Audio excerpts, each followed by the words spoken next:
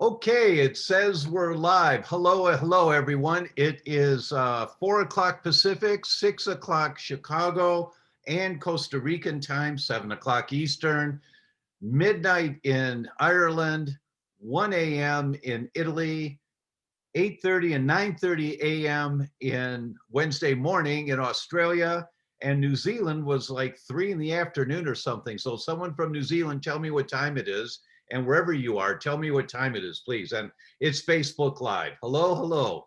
And I'm solo today, which is great. You know, I used to be solo all the time and love it and being solo. And so this is going to be a Q&A for you guys. And I have a couple of questions that we didn't answer previously that I'm going to start with, so that until other questions come in, you know, I'll just start there because I saw a couple of them. They were really good questions. So let me pull them up here if I can find them. And if I can't, maybe my team can post them in chat for me. Let's see. Bear with me while I'm looking for these. And thank you, honey. And let's see. Where is my questions?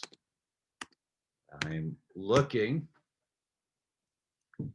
And Mary Agnes sent me questions. And let's see. Okay. So I don't know where the questions are. So somebody will find them for me. In the meantime, let me say hello to Steph from Missouri. And Michelle's here. Hello from Michigan. Hi, Michelle. Jillian's in Cleveland. Alice is in Virginia. Dorada's, I think Dorada's in New York, if I'm remembering correctly. Hi, Dorada.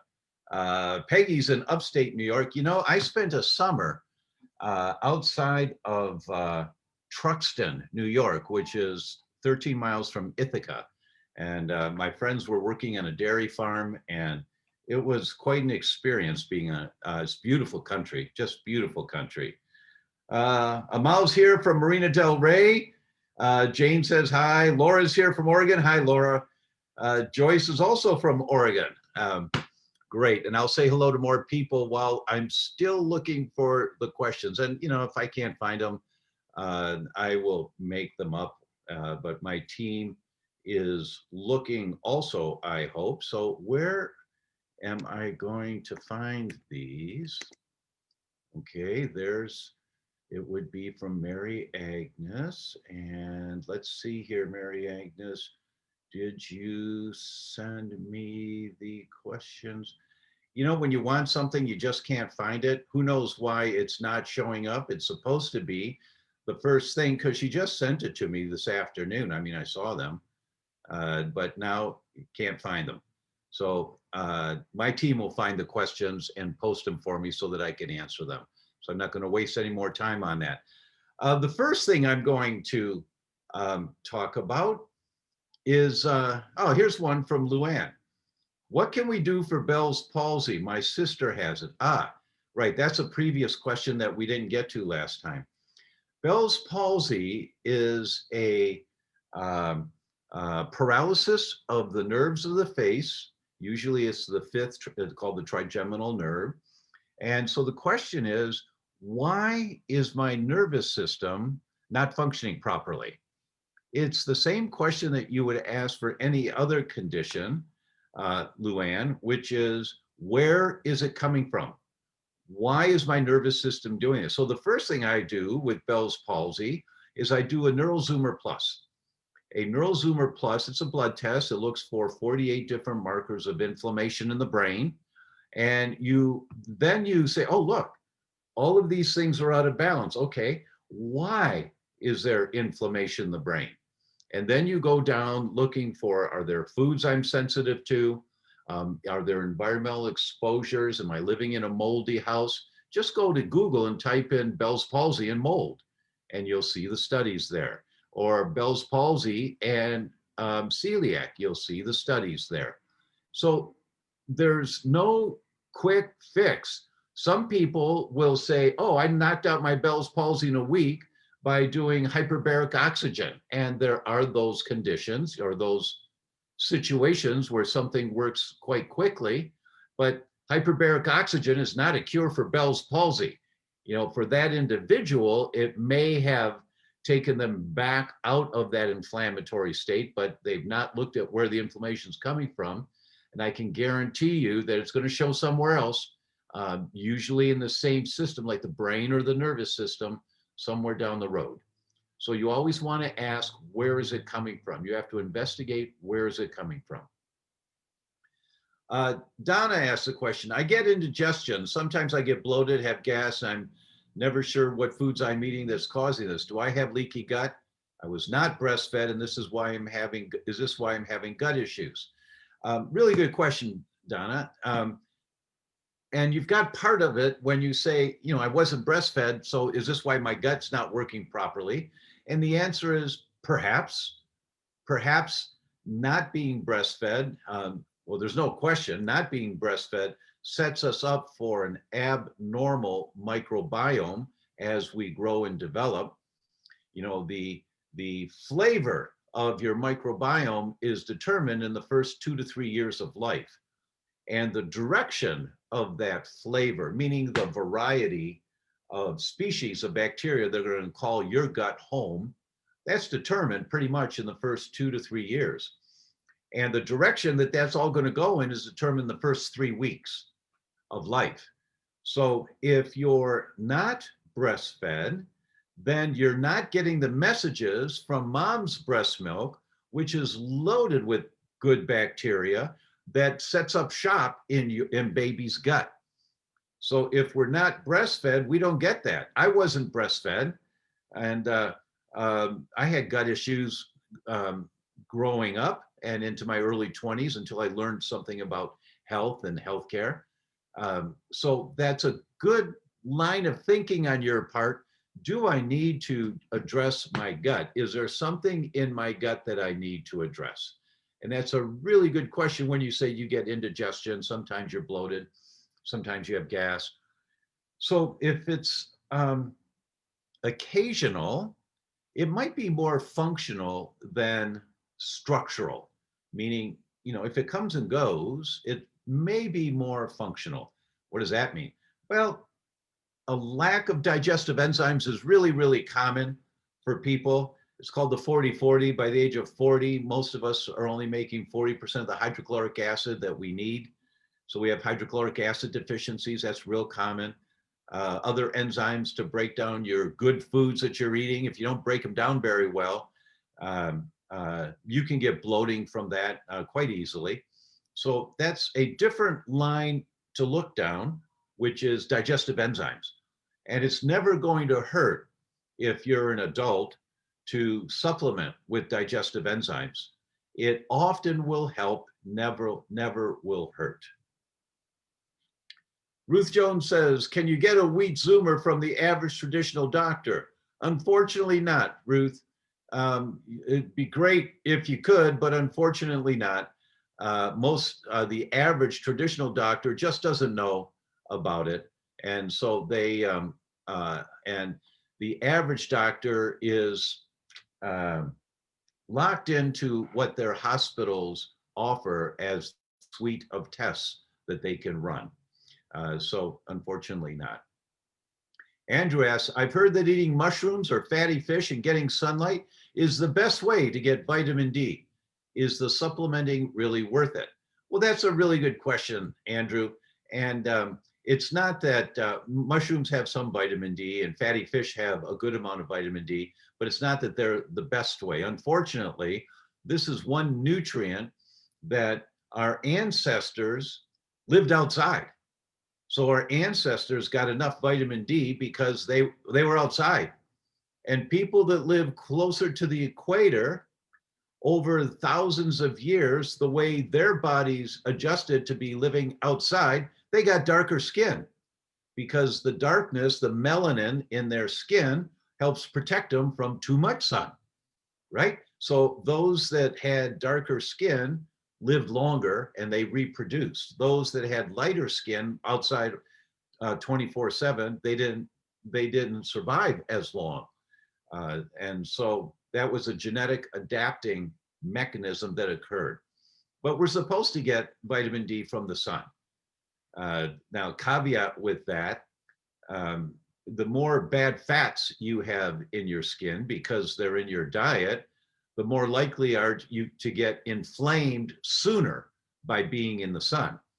So if you've got the average American diet, you're doing French fries every once in a while, or potato chips, or onion rings, or transformed fatty acids, deep fried foods regularly, you got bad fats in your skin, which means you're more at risk to getting inflamed from X amount of sun, say half hour of sun.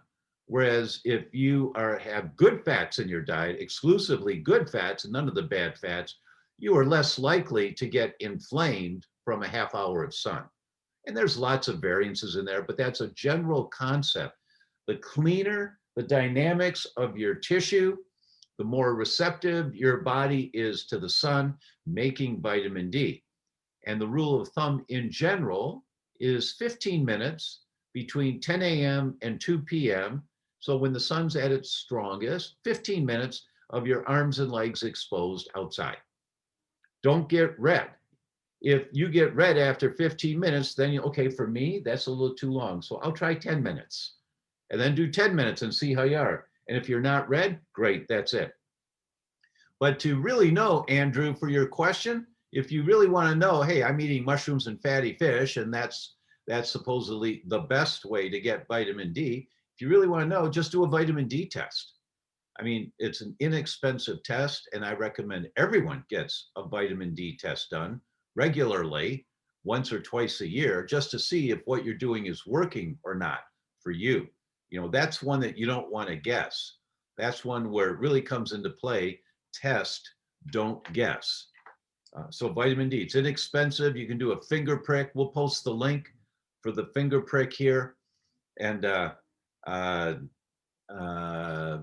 or go to your doctor, get a blood draw, either way, but get your vitamin D tested. Brenda says, hi from Kentucky. Janet says, happy holidays from Michigan. Bettina's in Central Florida. Kelly Boyer, Kelly from Phoenix. Kelly Boyer Seymour. Barbie's in Texas. Peggy Ann says, beautiful area. Steph says, sorry, can't hear you. Oh, sorry, Steph. I can't tell you what to do because you won't hear it. But when that happens to me, I have to reboot. Bettina says, oh, Central Florida. Darcy's in Charlotte. Wong LeWitt is in Toronto. Hope I said that correctly. Debbie says, Merry Christmas, Dr. Tom and Marzi. Thank you. Kelly Boyer Seymour says, I haven't had a baby on 35 years. Anything change or new? Well, in terms of babies, I'm not sure. Well, actually, I am. My first marriage, we had 2 kids, one 40 years ago and one 37 years ago. Anything new? Yeah.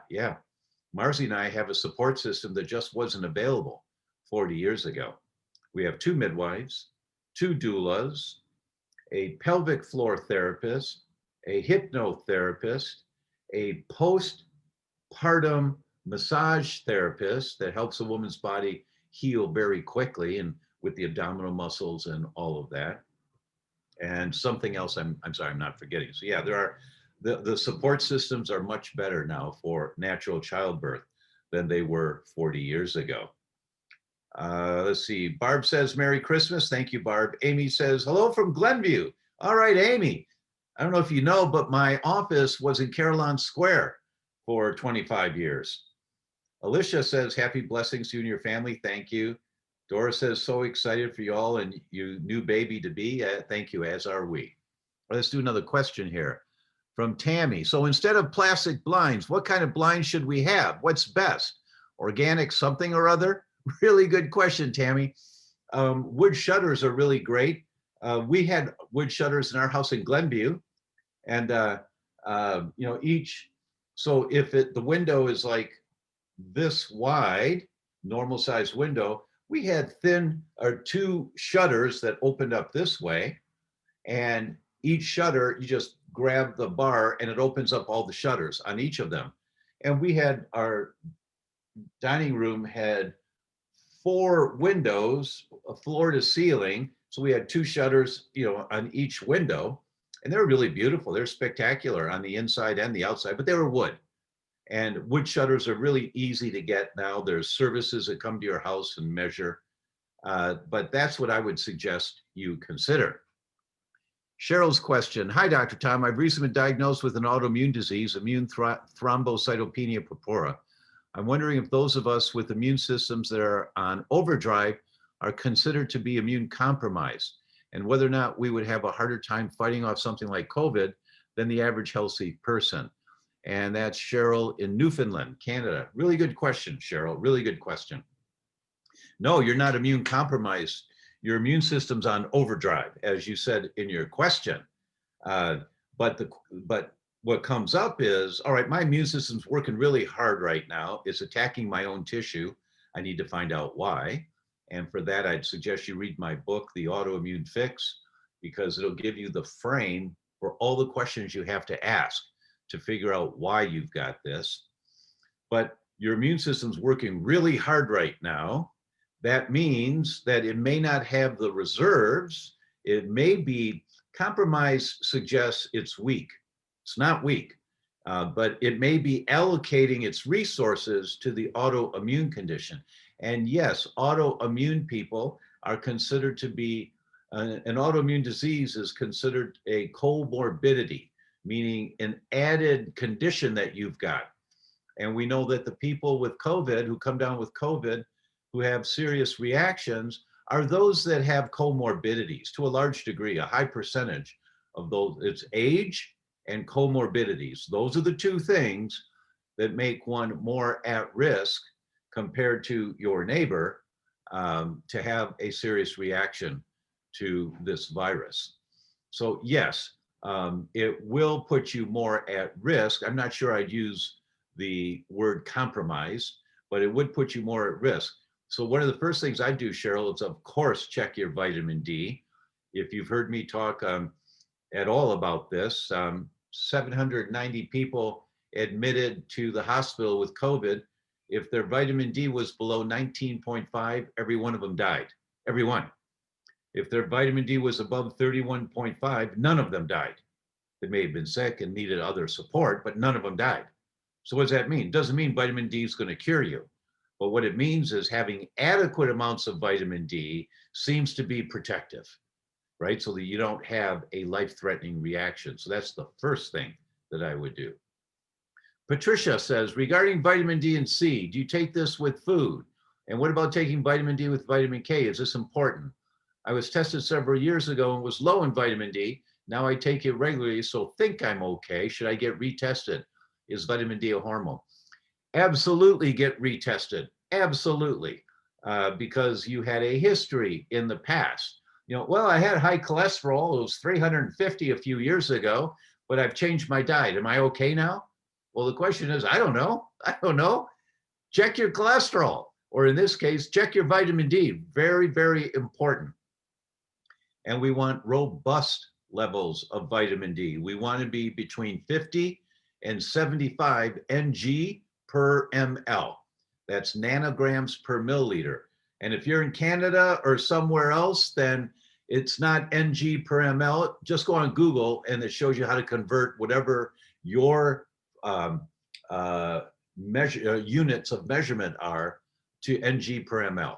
So 50 to 75 is the ideal range to be in.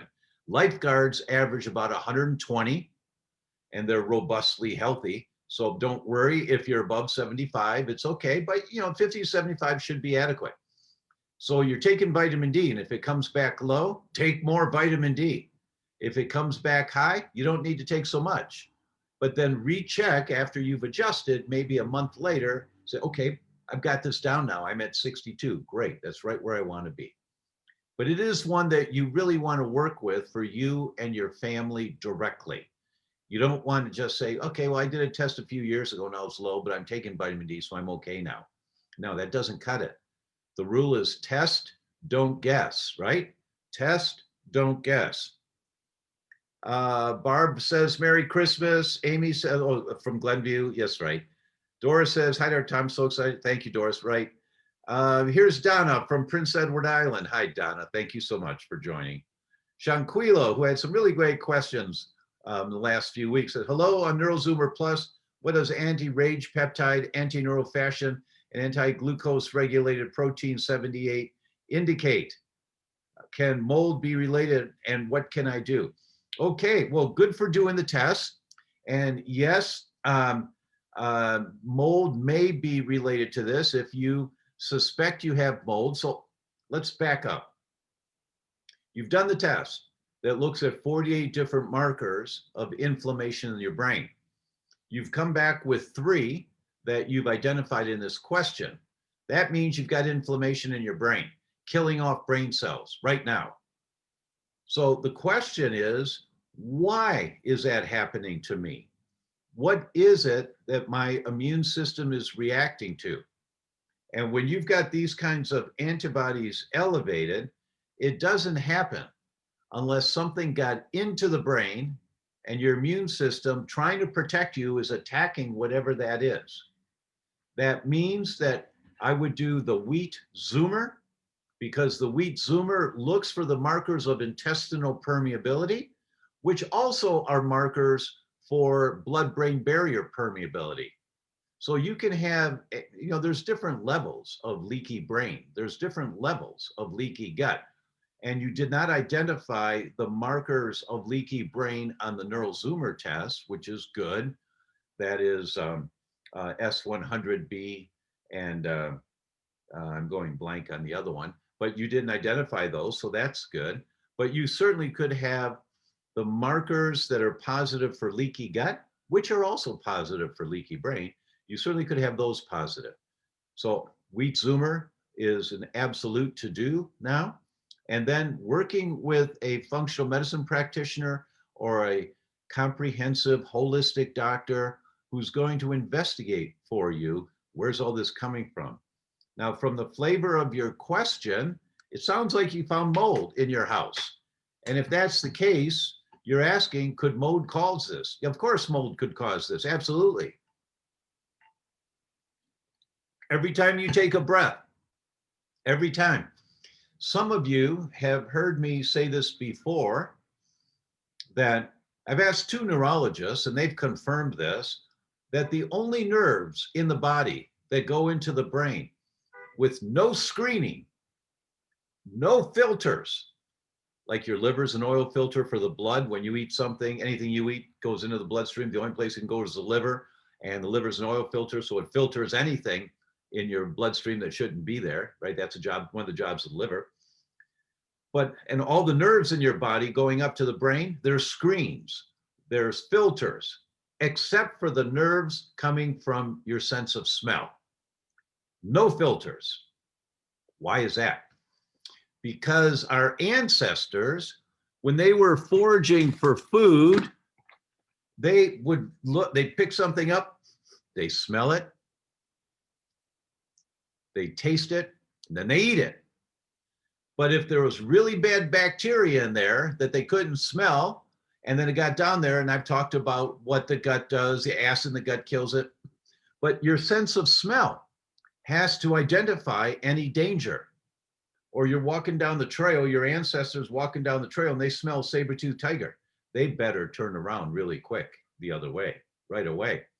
That's why we came up with the smell test. There are 17 studies that say this is an accurate biomarker of preclinical Alzheimer's.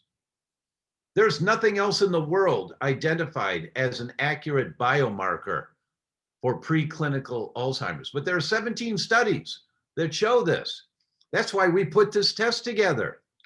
And you just go to the DRTOMOBRYANGLUTENFREE, and there's the test, and there's a video from me, and there's the studies that we put there for you. And you open this thing up, and you take a coin and you scratch it like a lottery ticket, you smell it, and it asks you, is it tomato, menthol, strawberry, or licorice? And then you mark in the blue box here right next to it what it is. Then you turn the page, scratch the next one. Is it cherry, honey, lime, or whiskey? And you mark the answer on the yellow part. Then you turn the page and do the next one. And you do all 12 of them. And after that, here's the answers. And if you score 9 or less correct, you've got hyposmia.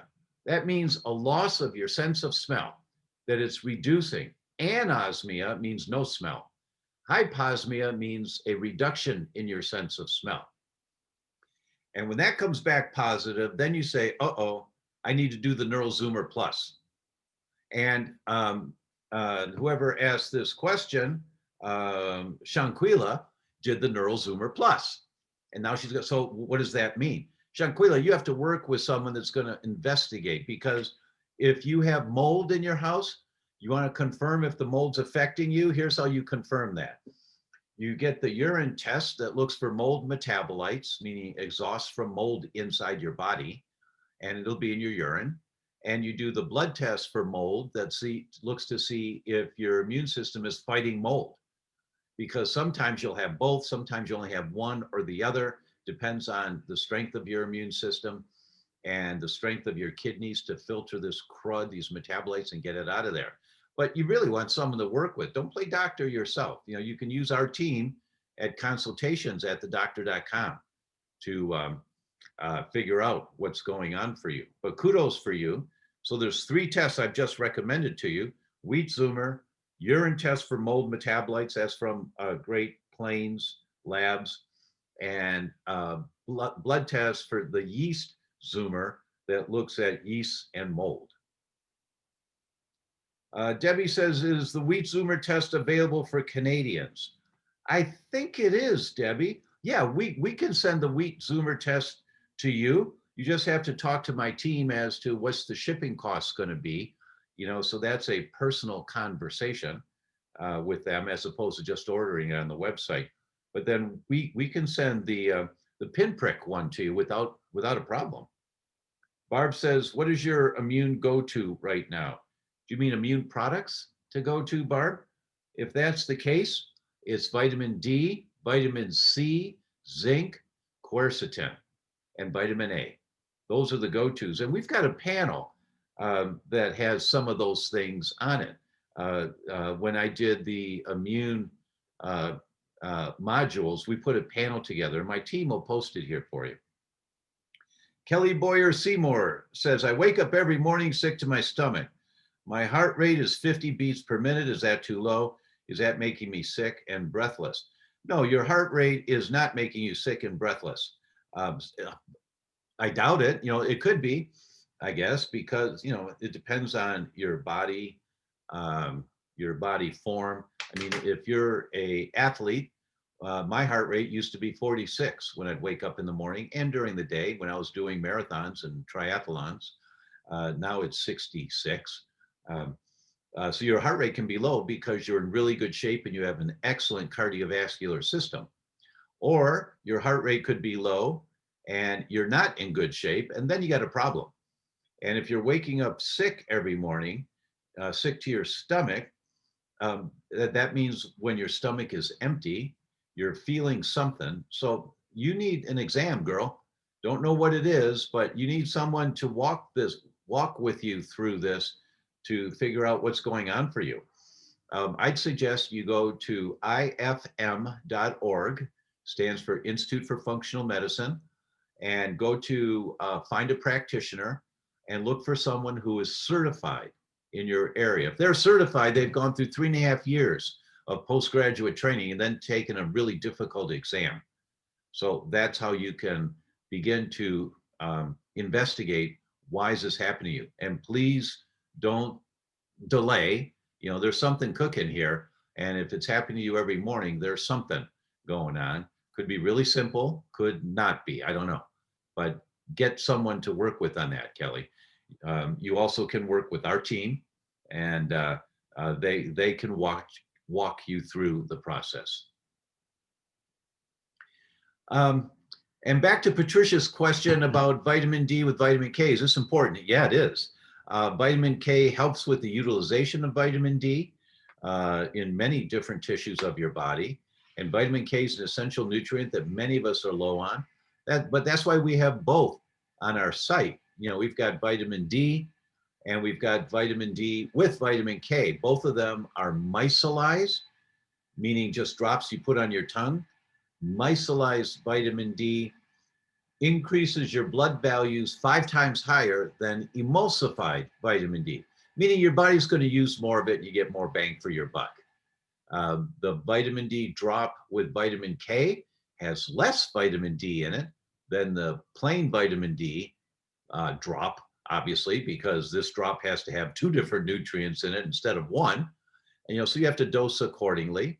But the dosing is determined by take your vitamin D level, do the pin prick test or get a blood draw, or do the pin prick, say, oh, my vitamin D's low.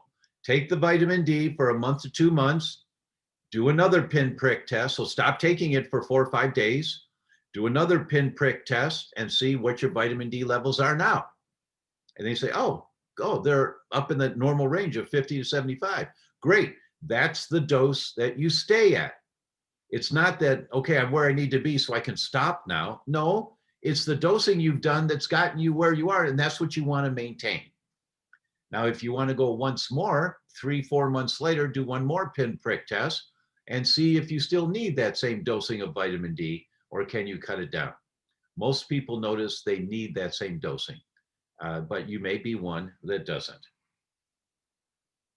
Brenda says, I have ASD, as do both of my children and 2 of my grandchildren.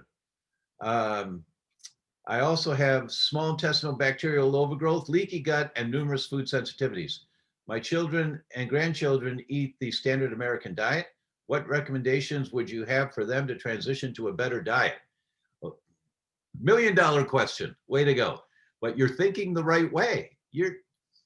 Look, wheat is the #1 food. Well, first thing you do is find out what foods you're sensitive to. Do the wheat zoomer. For everyone in the family does the wheat zoomer. You can have a wheat zoomer party, right? You can bake a little cake, preferably gluten-free, but bake a little cake, have candles, and you're singing a birthday song to wheat, right? Why? Because we're going to check and see if wheat's okay for us. So you light the candles, all the kids blow it out together. They think grandma's nuts, but you do this. Then before they get a piece of cake, you poke their finger and put the drop of blood on the card. The test is done. Then they get the cake. And then you get to see, is wheat a problem for any of them or all of us? And I think you'll probably see the majority of people have a sensitivity to wheat and they've got leaky gut. The wheat zoomer test is the most comprehensive test out there for wheat and also for leaky gut. It does both. It does both. And as you guys know, I travel all over the world usually teaching, and not traveling now, but I'm still doing a lot of teaching. And I know labs all over the world, no one's got a test anywhere near the wheat zoomer. It's just the most comprehensive test that's out there. Robert says, how long before my knee pain subsides after changing my diet? It's been 2.5 months. Something's going on, Robert. Good for you for being on the right path, changing your diet, but something's going on. You should notice a change in 3 weeks if you've nailed well, let me back up. All degenerative conditions are diseases of inflammation. At the cellular level, the cell's on fire, it's inflamed. So the rule is stop throwing gasoline on the fire, right? So you're saying, I've changed my diet, my knee still hurts. Okay, so that's the area that's inflamed. So the question is, why is it still inflamed? There's 2 reasons I can think of. 4 reasons I can think of. First, it's a structural problem. Maybe you've lost the arch on your foot. You got flat feet, which can cause knee pain all by itself. But structure, remember, I have this whole concept in the book, You Can Fix Your Brain, that health needs to be looked at from a pyramid perspective. And you look at a pyramid, say, oh, there's 3 sides to a pyramid. No, there's 4. There's also the base. And the base is your structure. Because a structural problem can cause your knee pain easily. I've seen it many, many times. I had it. When I started wearing orthotics, my knee pain went away. Structural pain can cause knee pain. Biochemical, food sensitivities, diet, what you're addressing now can cause knee pain. And it may be you've got more foods you're sensitive to than how you've changed your diet so far. Emotional or spiritual imbalances can cause knee pain. Stress and stress hormones, the muscle that relates to your adrenal glands, the glands that handle the stress of life, is called the sartorius muscle. Starts on your hip, goes right across the thigh down to the inside of the knee. And when that muscle's not working too well because you're stressed out, then your knee wobbles a little bit. That may be causing your knee pain. So it can be an emotional or a stress, a spiritual problem. You may have somebody that's a pain in your knee, not a pain in the rear, but a pain in the knee. Electromagnetics can cause any problem anywhere in the body, right? So there's 4 categories: structure, biochemistry, spiritual, emotional, and electromagnetic. And you ask the question from the perspective of the biochemical. Hey, I've changed my diet. How come my knee still hurts? It's a valid question. There may be more things that are gasoline on the fire in your biochemistry, meaning what you're eating or drinking, or the air you're breathing, if you got mold in your house or something like that. You need someone to work with to figure this out. You're on the right track, but it's not quite as simple as, all right, I changed my diet. How come my knee's not better? It's not. Sometimes that works when you've changed 1 or 2 things, and you may be like meticulous on your diet. Great, then that's probably not it. But you have to have someone that can walk you through how to explore this. Our team does that at consultations, theDr.com, or find a healthcare practitioner. Go to ifm.org or ask your friends who's a holistic practitioner in the area and see when you talk to them if it makes sense what they say. Robert says hello from Albuquerque. Hey, Robert. Dwin's in California. Kathy's in England. Hey, Kathy. Hi, thanks. Oh, Kath, not Kathy, Kath. Thanks, Kath. Thanks for watching. And it's late there, so thank you for being up. Danielle says, so excited for you and Marzi. Thank you, Danielle. Patty says, thank you for all your valuable information. Merry Christmas to you too. Hello, Doc from the Philippines. There's Rodney. Hey, Rodney, thanks so much for watching. Darcy says, with that, do my high antibodies fight COVID? Really good question, Darcy. There's no evidence that having antibodies attacking your thyroid or attacking your brain or attacking any other tissue in your body, so autoimmune antibodies, there's no evidence that they'll fight COVID. There's none. However, 80 to 85% of everyone that gets exposed to the virus never knows it. They don't have any symptoms. Why? Because their immune system took care of the problem. It just knocked it out. It didn't let the virus hang around. And those people should now have antibodies to the virus, which is where your question was coming from, Darcy. The antibodies you have, though, are to your own tissue. They're not to the virus. I've never seen any evidence of a cross reactivity, antibodies against yourself fighting the virus. I've not seen that. So it's a really good idea to do an antibody test for this virus. And the one that is most comprehensive is called, it's from the same laboratory that does the Zoomers. And Mayo Clinic published a paper on this test for COVID saying, wow, this is the most comprehensive test of anything that's out there, because it looks at 4 different components of the virus, not just one. It's the same concept as wheat. If you check for antibodies to wheat that every lab in the world does, is called alpha-gliadin. That's one component of wheat. If it comes back negative, they say, you don't have a problem with wheat. But that's not true. You don't have a problem with alpha-gliadin. But the wheat Zoomer looks at 26 different components of wheat. And then you find it when the immune system's not fighting alpha-gliadin, it may be fighting gluteomorphins or amylase trypsin inhibitors. Sorry, I don't mean to geek out on you, but they're different components of a threat that the immune system might go after, right? That's how it is with the virus. The immune system can go after different components of the virus. And every laboratory, most every laboratory, is looking at one component of the virus. It's called a spike protein. And it's good, it's important, but not everyone fights that. So the test from Vibrant looks at 4 different components of the virus, and it looks at 3 different types of antibodies to the virus. So you're looking at 12 different possible ways that your immune system may be fighting this virus, instead of looking at one way the immune system may be fighting the virus.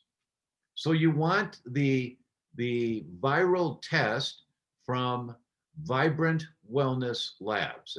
That's what you want from your doctor to do. We can't offer it to you because you have to go to your doctor's office for the test. FDA has said you got to go to the doc's office for this. You can't do it. But it's also in a finger prick, and it's just as accurate with the finger prick for 12 different markers of your immune system fighting the virus. We just have to go to a doc's office to pick it up, so we can't send it to you. What can I take? Diane asked, what can I take to offset the new vaccine if I have to take it in order to keep my job? Really good question, Diane. Really, really good question. I'm working on that now. What can help protect us? Certainly one thing is to drink silica-rich water. Silica binds with aluminum. And one of the things that we recommend for our parents who decide to vaccinate their children is to, for weeks ahead of time, give your children any drinks outside of breast milk is with silica water. Fiji water, for example, is high in silica because the more silica, not the more, I don't want people to excess load, but when you have adequate amounts of silica, it binds with aluminum. And the adjuvant in most of these vaccines, meaning the thing that really irritates your immune system, that pisses it off and turns it on to fight the shot, what's in the shot, is aluminum. It's called the adjuvant. Some of them are still using mercury, but most of them are using aluminum. So having silica-rich water can be helpful. We'll be putting a handout together on this one. You know, I'm preparing that. And make sure your vitamin D levels are robust. Your vitamin C levels are robust. For me, if I were to get the virus, I would do an IV at one of the doctor's offices in the area that morning before going to get the virus. And I would get 50,000 units of vitamin C, get 50,000 or 100,000 units of vitamin D, be drinking silica water for quite a while. So there's a checklist of things you can, that will help. But those are the things I can think of offhand without going through my notes. Arena says, sounds reasonable. Thank you. I'm not sure what you're referring to, but it's nice when I sound reasonable. Thank you. Robin says, hi, how do you get rid of methane, small intestinal bacterial overgrowth, and H. pylori for the holidays? Yeah, you really don't want to go to a holiday party with methane. Methane is a kind of gas that really has a smell to it. So the first things you do is test, don't guess, to make sure you know what you're addressing. And I'm assuming you've done that, Robin. So there's a product called By Lori, like By Lori, L-O-R-I, that works very well. And having enough B vitamins in your gut feeds the good bacteria, which reduces the amount of methane that you produce. So you have to rebuild your microbiome. The whole intestinal rebuilding program is important for people with small intestinal bacterial overgrowth.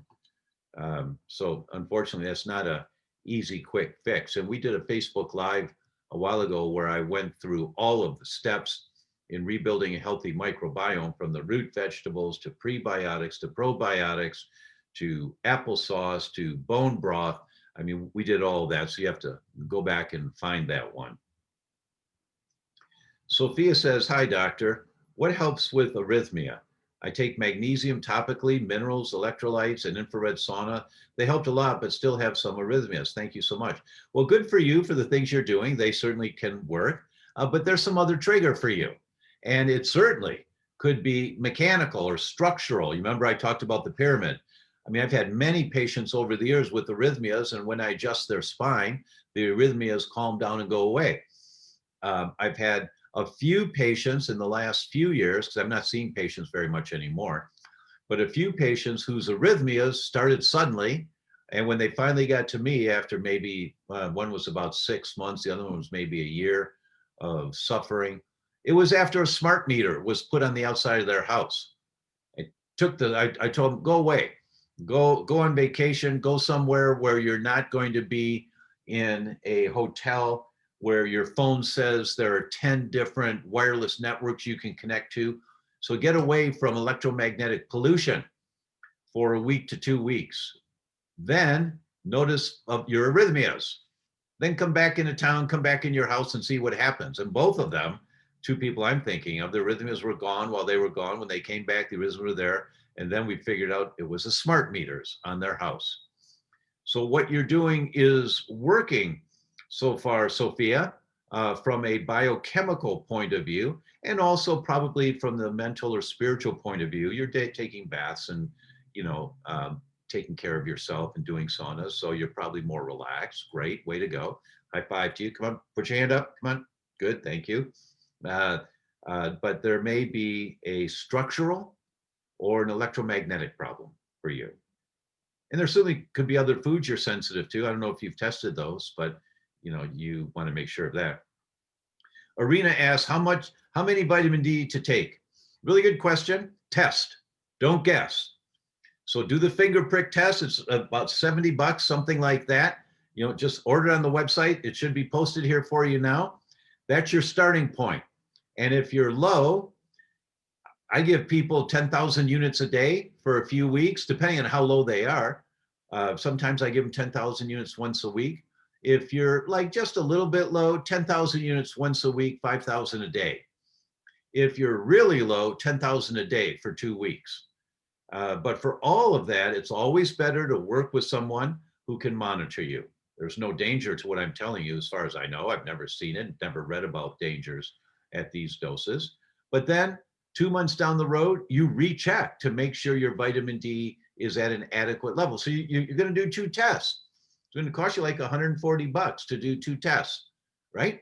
But then and then that you're safe, especially with this virus that's going around now. Shanquila has another question.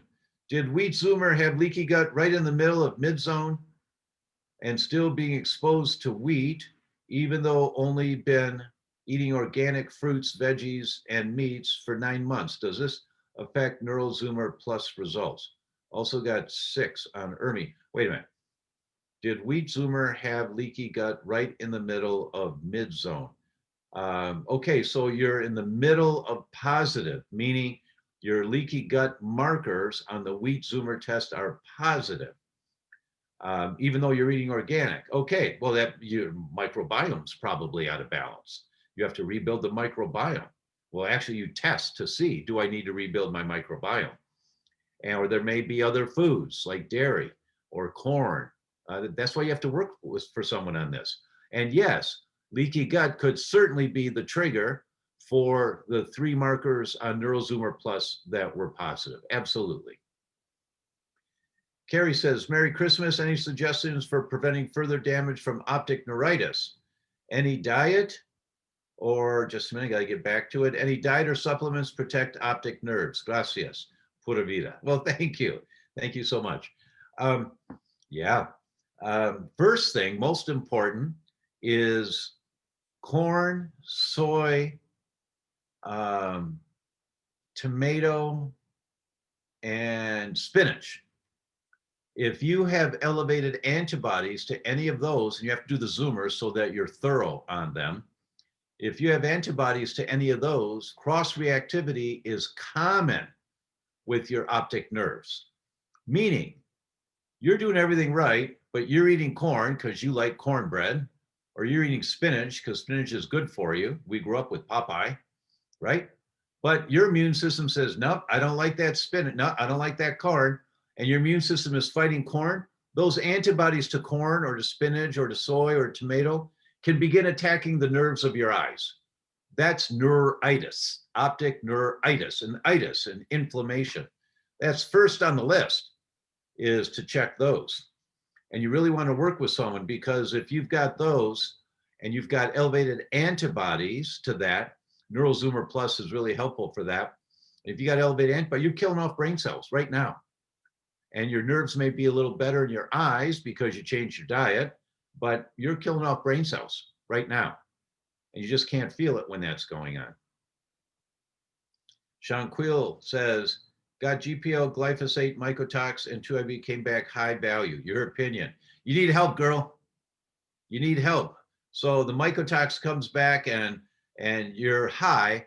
That means you got mold in your body, or you're being exposed to it, and then the metabolites of that that's circulating in your bloodstream are what's out in the urine.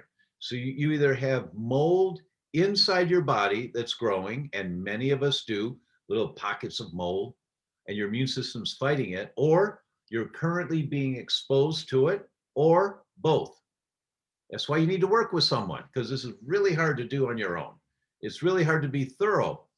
And the problem is you don't feel what is happening when you've got elevated antibodies to your brain or to your nerves. You don't feel it, but you're killing off brain cells, killing off brain cells, killing off brain cells. And can I share screen here? Oh, I can. All right, I'm going to share screen here in just a minute. Give me a moment to bring up a slide. I'm going to show you one of my favorite slides because it took me over an hour to make this slide. And so I'm going to show it to you because I like to use it any chance I get. But this really explains what is this whole concept of autoimmunity. And what's called predictive autoimmunity, why you want to identify these things in advance before you've killed off so much tissue that you're getting symptoms now of neuritis. You know, your eyes are inflamed, optic neuritis, or depression, or thyroid problems, or whatever it is. By the time you get symptoms, this has been going on for years and years and years. All right, my presentation just popped up here. So let's put it in a mode to where I can find the right slide, and give me just a minute here because my computer is not moving as fast as I am. So we would think that it's the other way around. Usually it is. Good, so where's my slide? Here it is. Okay. So I'm going to put this here. Is that right? Yeah, we got it now. So let me show you this slide. This is one that has so much ahas in it. So here we go. So this is the slide that I want to show you. And let's start. This comes from our own Government Advisory Council at Health and Human Services.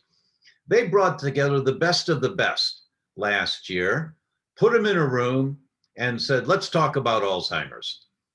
Because two pharmaceutical companies that I know of, there may be more, but two of them have closed their Alzheimer's research sections and laid off the scientists. Why? Because they know they're never going to find a cure for Alzheimer's. That's a waste. It's a waste of their money. After spending billions, they realize we're never going to find a cure for Alzheimer's. And so what do we do? What do we know about Alzheimer's? And let's put the best minds in the world together here and let's figure it out. So what did they say? You know, everybody has antibodies to their brain. Everybody does. What does that mean? Well, I'm going to use the example of thyroid because that's a test that's done more by traditional doctors. And when you look for thyroid dysfunction and you look for antibodies to thyroid, the test comes back and it says there's a normal level of antibodies to thyroid. When is it ever normal for our immune system to attack the thyroid? Well, Mrs. Patient, you have an entire new body every 7 years. Every cell in your body regenerates, every cell. And how does that happen? To make new cells, cellular regeneration, upper left corner of the slide, cellular regeneration, you have to get rid of the old and damaged cells. Or when cells die, apoptosis, you have to get rid of all that debris to make room in the thyroid, in this example, for new cells to form. So you do a blood test and there's a normal reference range. Most labs, it's 0 to 40, 0 to 42 for thyroid. Then, because you're exposed to so much crud, we're eating the wrong foods, bottom of the slide, the white print there, and we lose tolerance to wheat. We lose tolerance to dairy. We lose tolerance to too much bacteria getting in through a leaky gut. You make antibodies to bacteria, you make antibodies to dairy, you make antibodies to wheat. You lose tolerance, called loss of oral tolerance. Now what happens, you start making those antibodies to those foods. Well, you create this inflammation because you've lost tolerance. The antibodies create this inflammation, and then because of, you've heard me talk before, this thing called molecular mimicry, the antibodies going after wheat, they're looking for wheat and they identify wheat because it's got an orange vest. I call it the orange vest, and it's a protein signature. And it's looking for that protein signature everywhere in the bloodstream. Your bloodstream's just a highway, a lot of traffic, everything's bouncing around in there. There's no lanes of traffic. They're all going the same direction, but there's no lanes. So these special forces antibodies are going around trying to find wheat. They're looking for this protein signature. And over there, oh, look. And the surface of your thyroid facing the bloodstream is made up of proteins and fats. And the proteins are hundreds of amino acids long. But in the proteins of the thyroid facing the bloodstream, a piece of that protein looks like the orange vest of wheat. And your antibodies to wheat fire their chemical bullet at the thyroid. Now you've damaged a thyroid cell. And how do you make new cells? You got to get rid of the old and damaged cells. So you make more thyroid antibodies than usual because this wheat antibody thing attacked your thyroid. But you eat toast for breakfast, sandwich for lunch, pasta for dinner, croutons on your salad, a cookie, day after month after year, you lose tolerance. You're making these antibodies and you keep eating wheat all the time because you don't get sick when you eat wheat. You keep eating wheat, you're making more antibodies to wheat, more antibodies to wheat. And because of your genetic vulnerability, those antibodies to wheat attack your thyroid, and you make more antibodies to your thyroid to get rid of the old and damaged cells. Now you've got elevated levels of antibodies, more than the normal amount. And those elevated levels of antibodies go on for years and years and years. And finally, your thyroid's not working so good anymore because you've killed off so much tissue. And now you go to the doctor, he said, well, let's check and see if you have a thyroid problem. Now, look at the arrow from the top fire going down to the prodromal stage. And look at the prodromal stage that says non-symptomatic. This is going on for 20 years without any symptoms. And you think you're fine eating a pizza or whatever it is that you're eating. If you've crossed the level of tolerance, you're not fine. And if your genetic vulnerability is to thyroid, you're attacking your thyroid.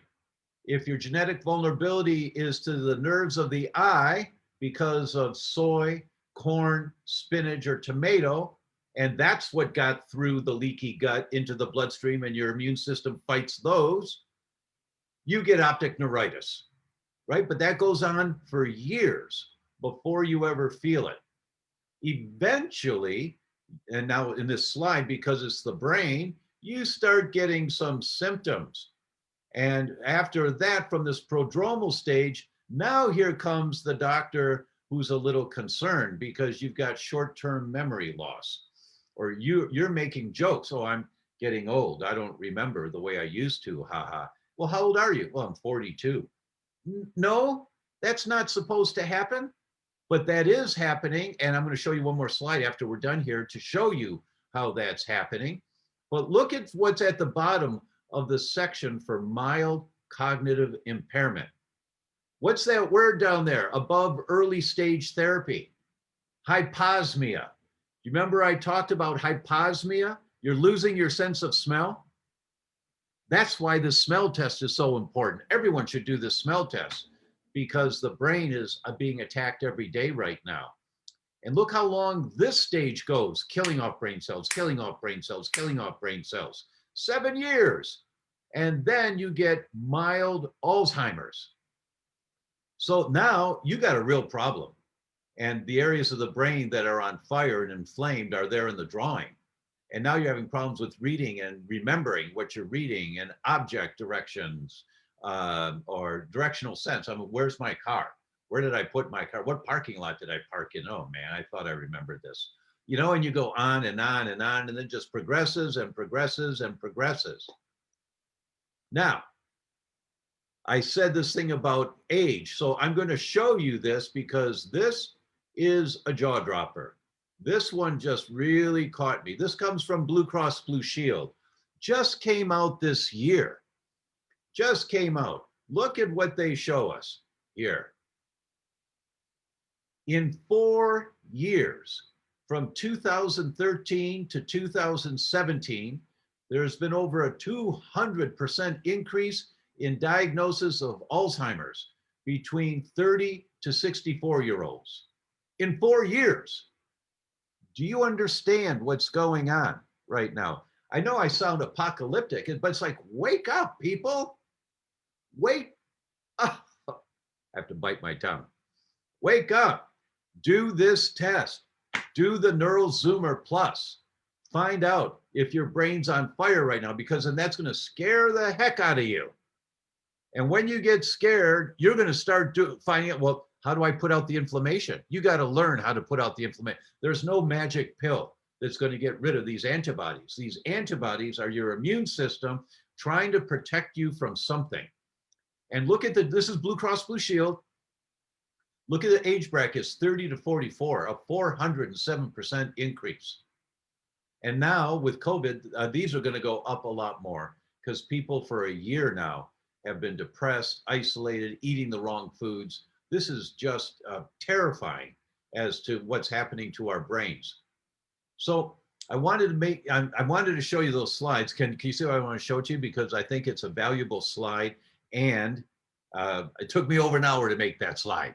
So I want to use it whenever I can. So I've gone over time already, and I really like just downloading to you. I hope you find it of use. Let me know. I don't see any thumbs up here. Now, either I put you all to sleep or you're just in shock. But please make some comments here about this kind of information to you. You know, I'm giving you an hour, a little over an hour and a half of my life. Give me a couple of minutes here. Make some comments. Share this. If you have friends that joke about they're not remembering the way they used to, send them the link to this. Let them watch it. You know, Facebook really looks at this stuff, I'm told. And the more people who share this link, the more Facebook announces, you know, when our next Facebook Live is. All right. So this is the week of Christmas. For those of you that celebrate Christmas, I wish you just the joyous of holidays. For those of you that celebrated Hanukkah, which I believe has just completed, happy holidays to you also.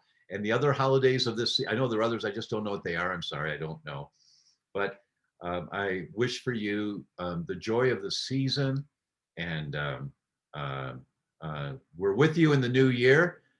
We may have an announcement by next week. I'm plan on being here next week. We'll see. My life is not going to be my own anymore pretty soon. We're going to have a new person dictating what goes on in our house. But we'll see how that goes. So happy holidays to all of you. Thanks so very much, and I'll see you next week. Bye-bye.